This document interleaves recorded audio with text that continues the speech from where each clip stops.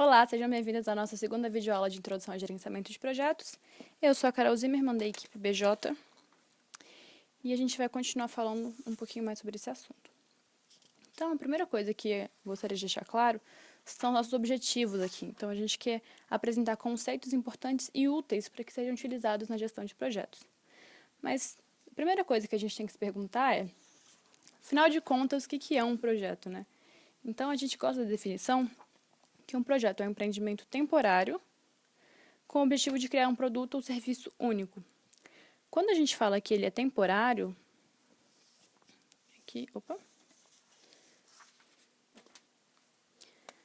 temporário,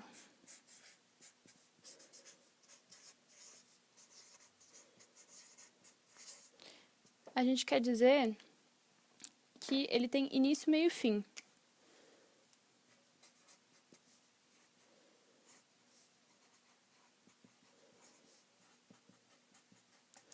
Então, o temporário nesse sentido não significa que ele é curto ou então que ele vai ser passageiro. Significa simplesmente que ele vai começar e vai acabar.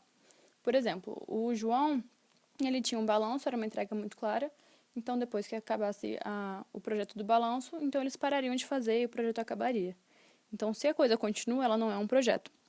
E outra palavra que a gente falou aqui, ó, é único, né? O que significa único? Significa que ele é diferente. Diferente de outros projetos, de outros produtos ou serviços que já tenham sido feitos, por mais que sejam similares. E aí, a gente entendeu agora o que é um projeto, mas o que é gerenciar projetos, né? Então, a gerência de projetos, ela é diferente de práticas de gestão de projetos.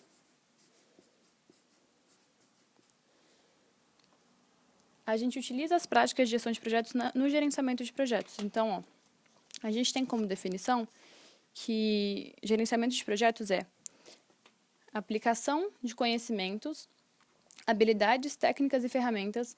A gente vai aplicar isso nas atividades do projeto a fim de atender os seus requisitos. O que isso significa?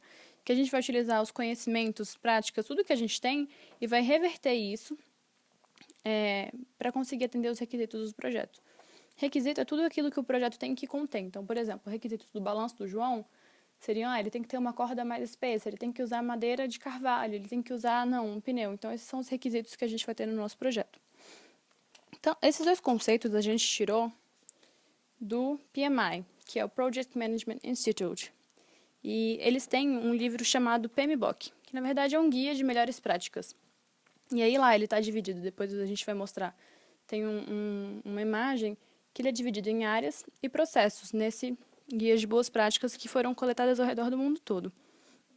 A gente tem uma criação de vocabulário novo e tem a difusão do conhecimento também. Então, quem quiser procurar, é bem tranquilinho de achar. Aí, tudo bem, agora que a gente entendeu o que é gerenciamento, qual que é a missão do gerente, né? A grande missão do gerente. A missão do gerente é simplesmente fazer com que o projeto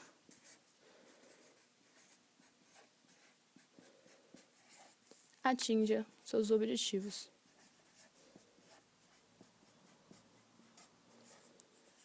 Parece muito simples, né? Mas isso aqui é mais... Opa, ficou feio. Vou fazer de novo. Ficou muito melhor não, mas enfim. Isso aqui é mais faca na caveira do que muita gente pensa. Fazer o projeto atender os objetivos não é tão simples assim. E aí exige várias coisas no gerente de projetos.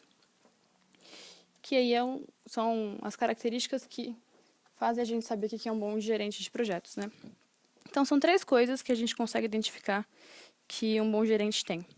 A primeira delas são as características pessoais.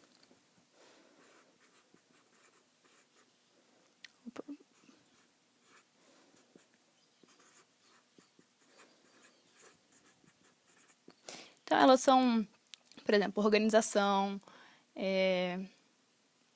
gestão, boa facilidade de conversar com as pessoas, negociação, são aquelas coisas que são competências pessoais nossas, né? São características nossas que qualquer ser humano tem, independentemente da parte técnica dele. A segunda é o conhecimento técnico.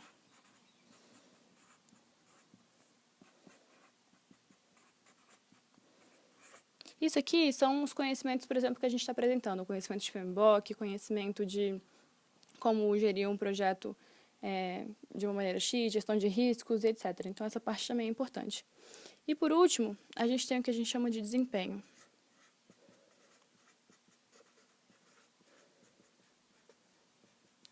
Desempenho é a capacidade de gerar resultado.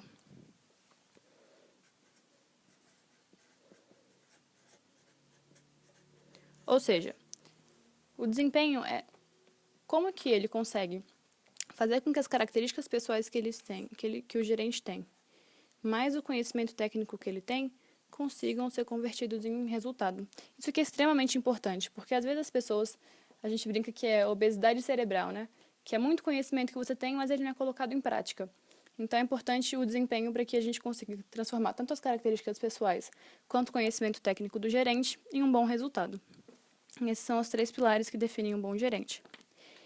E a última coisa que a gente queria abordar nesse vídeo é a diferença entre processo e projeto. E aí, será que vocês sabem?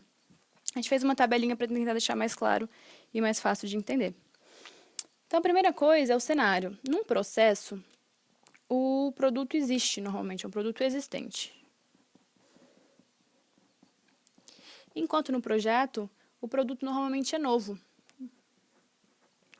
Então, por exemplo, o João queria um balanço do jeito dele, mas não tinha nada a ver com os outros. É um projeto, lembra que é um esforço único, temporário e único.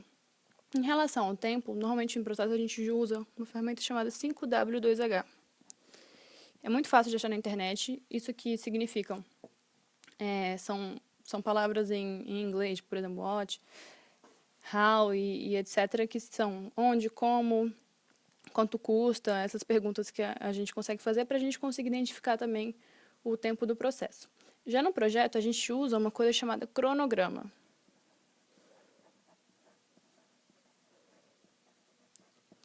Que é o terror das EJs também, né?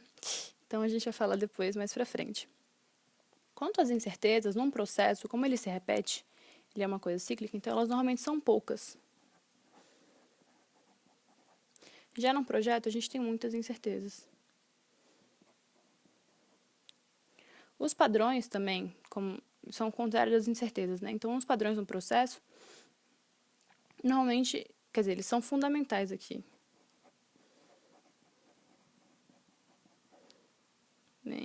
Tais. Porque a gente precisa dos padrões para a gente estabelecer o processo. Já no projeto, raramente a gente tem padrões. A fundamentação teórica que a gente usa para o processo tem várias. Mas uma delas é essa aqui. Enquanto no projeto, a gente utiliza o PMBOK. Isso aqui é de metodologia clássica. Tem outras mais pra frente que a gente também usa, tipo o Scrum. Tem gente que fala Scrum, né? Fica a seu critério como é que você fala. Em relação aos drivers, a gente tem no processo, a gente tem o objetivo, prazo e valor. No projeto, a gente também tem esses 3, objetivo, prazo e valor.